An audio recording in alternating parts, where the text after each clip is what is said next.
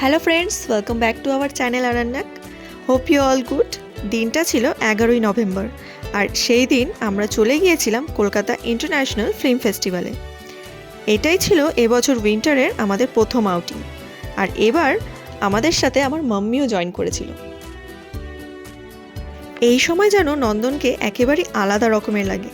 আমার সবথেকে বেশি পছন্দের হলো নন্দনের সাজানো ফটো কর্নারগুলো।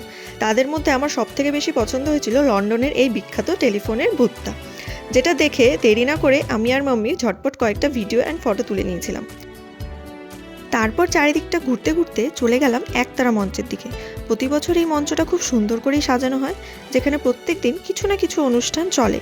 আর ওখান থেকে বেরিয়েই আমরা উঠে পড়লাম মিনি হাওড়া ব্রিজে। সামনের এই বড় ওয়ালটা উত্তম কুমার এবং সুচিত্রা সেনকে ডেডিকেট করেই তৈরি করা হয়েছিল।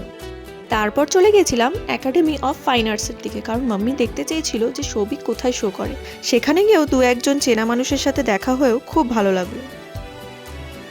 আবার ফিরে এলাম নন্দনে, বাকি চারিদিকটাও ঘুরে দেখলাম।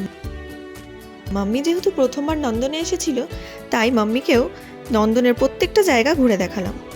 এই সময় নন্দনে আসার একটা বড় অ্যাডভান্টেজ যে অনেক চেনা মুখের সাথে দেখা হয়ে যায়, যাদের আমরা টিভি বা সিনেমার পর্দায় দেখে থাকি। নেক্সট চলে গেছিলাম এক্সিবিশন হলে, যেখানে ঋত্বিক ঘটকের নানা কাজকে তুলে ধরা হয়েছিল।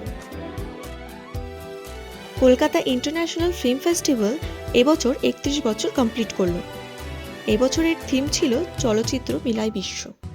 আমার মাম্মির এখানে প্রথমবার এসে খুবই ভালো লেগেছিল এবং বলেছে প্রতি বছর আমাদের সাথে এখানে অবশ্যই আসবে। সবশেষে চলে গেলাম এই এক্সিবিশন হলটায়। এখানে জাতীয় এবং আন্তর্জাতিক চলচ্চিত্র সম্পর্কে বিস্তারিত তথ্য দেওয়া ছিল। এখান থেকে বেরিয়ে এবার বাড়ির পথে রওনা দিলাম। সো দেখা হবে আবার নেক্সট ভিডিওতে। That's all for today. We will see you in our next video. Tata.